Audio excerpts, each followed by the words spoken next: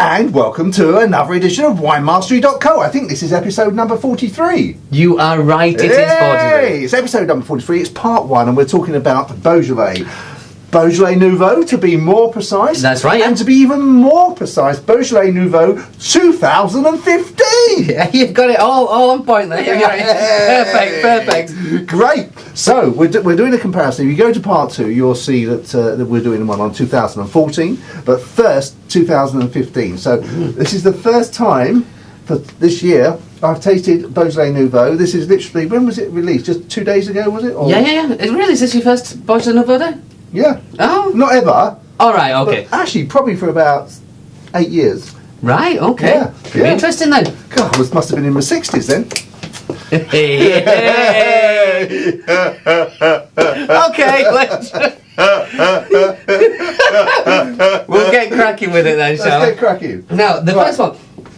There you go, sir. Thank you very much. Yes, Beaujolais Nouveau 2015, and the one I've chosen, they're both from the same producer, is called Georges Duboeuf, and Georges Duboeuf, he is known as the king of Beaujolais. So 9 times out of 10, he does produce a very good Beaujolais, but the Beaujolais Nouveau is not known.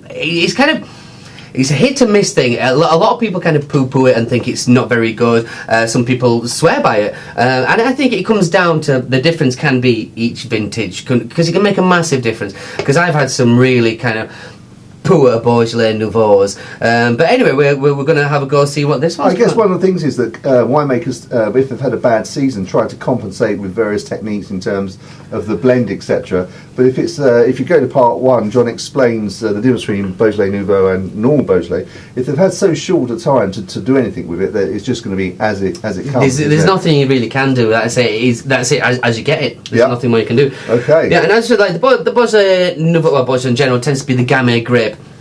And Gamay grape, you can have a lot of different styles of the Gamay grape, but the Nouveau does tend to be very, very light, and can quite often take a chill as well. Yeah, I've seen that, yeah. And it is quite interesting. So it might be, if you're not a massive fan of red wines, a Beaujolais Nouveau may be somewhere to start. It may be indeed. But anyway, let's have a go. Look at the colour. The colour's got a little bit of a movie tinge to it. It's like a vibrant, bright purple. Yeah. And it looks enticing. It looks like it's something you want to have a go at. It does. It looks lively and yeah.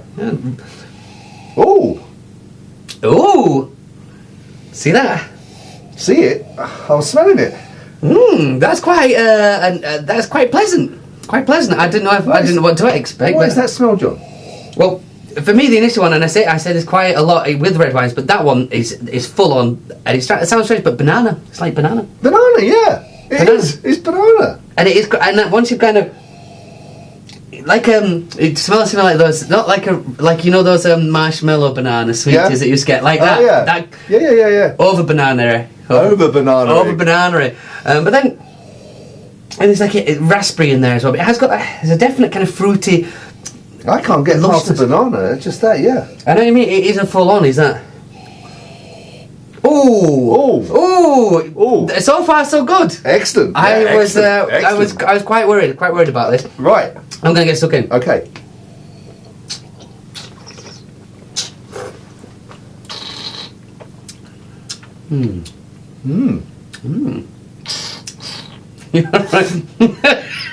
Lovely. That is.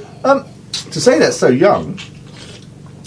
That's pretty. Yeah. Pretty good. In Very. fact, I'm very, very impressed with that. For me, that banana's come through again. I can taste the banana. I can't. I smell it. I can't taste it. I can definitely come through. Once the air's through over the tongue, that's when I'm getting it. And the raspberry comes through, but also like a little bit. There's more rhubarb and then a hint of the raspberry towards the end there for me. But what is very good, and with it being a young wine, is the real lack of tannins. Yeah. No tannins in there, so that's almost like a fruit juice, and I can understand. I mean, this is a little bit cooler than I would serve an ordinary red wine, but actually this I could see this taking a chill quite well, quite easily. But then I think that could then become dangerous in a nice way because it's just like juicy, fruity. Yeah, so you could knock it back without really. Yeah, I reckon it could be quite a dangerous one, but that is probably the best Beaujolais Nouveau I've tried in a long, long time. Just to put it out there. Okay. Just put it out there. obviously we're going to in part 2 we'll be trying 2014. Can you recollect? Should I say? Yeah. Recollect what you thought of 2014. I can. I thought 2014 was a bit ropey. I didn't really rate it. Okay, so we'll see if it. So we've actually got a bottle of. Would you expect it, if it's been in a bottle for a year for it to round at all, or? To be fair, no, it's not really going to. It's not going to mature anymore in the bottle, not the Beaujolais Nouveau, because it doesn't really have tannins in there to help it do that.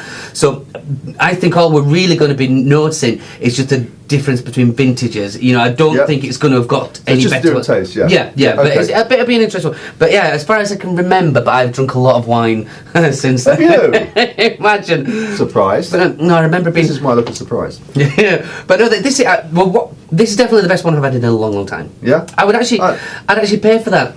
You would? I would. I'd pay for that. Do you know? I think that is. Oh, we're going to get to the question now, aren't we? Well, we are going to get to the question, and I personally think we're fair on that one. But I will ask the question, John. You ask the question. Okay, I would guess it's French, so it's going to, and it's got a little bit, obviously still got a little bit of hype. Yeah. Do they just give me a little bit of a lead here? Do they tend to change the price year on year depending on how good it is, or do they just keep it? Oh, I don't know if it's how good it is, but they do change the price. Yeah, always up. Yeah, more than likely. I don't know if that's like it might be down to the amount they actually make. It could be, you know, if they. Oh yeah, okay, so to recover the cost. Yeah. Okay.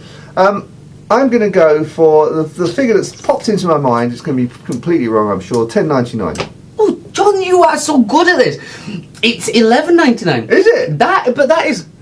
Again, you are just so good at this. I've said this before. Out, 10% out. I see you do much better than I ever did. I'm well aware. But no, that is. I think that's a cracking value as well. Especially as well, being offered as a French wine.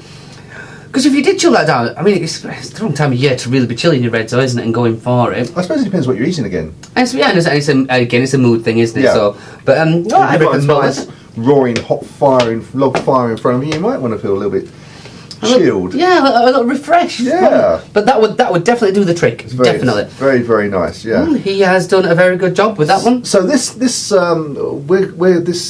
obviously in November. When would you run out of this? So just to let people know that, if they want to come in and buy some. Well, I think we order it online. Can you order it online? Oh, you can order it from us online, yeah. But generally, it would only take like a week and it'd all be gone. Really? That quick? Yeah. Oh, yeah. When it was at the height of its kind of fashion or fame, that we'd have 20 cases and it'd be gone on the day. Day.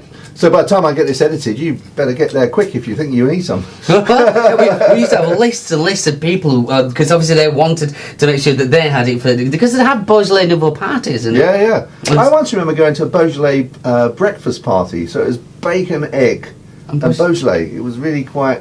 If the wine was good, I could go for that. But I wouldn't want to drink a bad Beaujolais Nouveau first thing in the morning.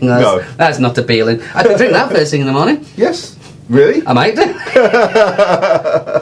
Okay, well, you've tasted it. I haven't. So I'm really keen to see what the 2014's like. Let's go. Shall we get there? See you in part 2. Chin chin. Chin chin.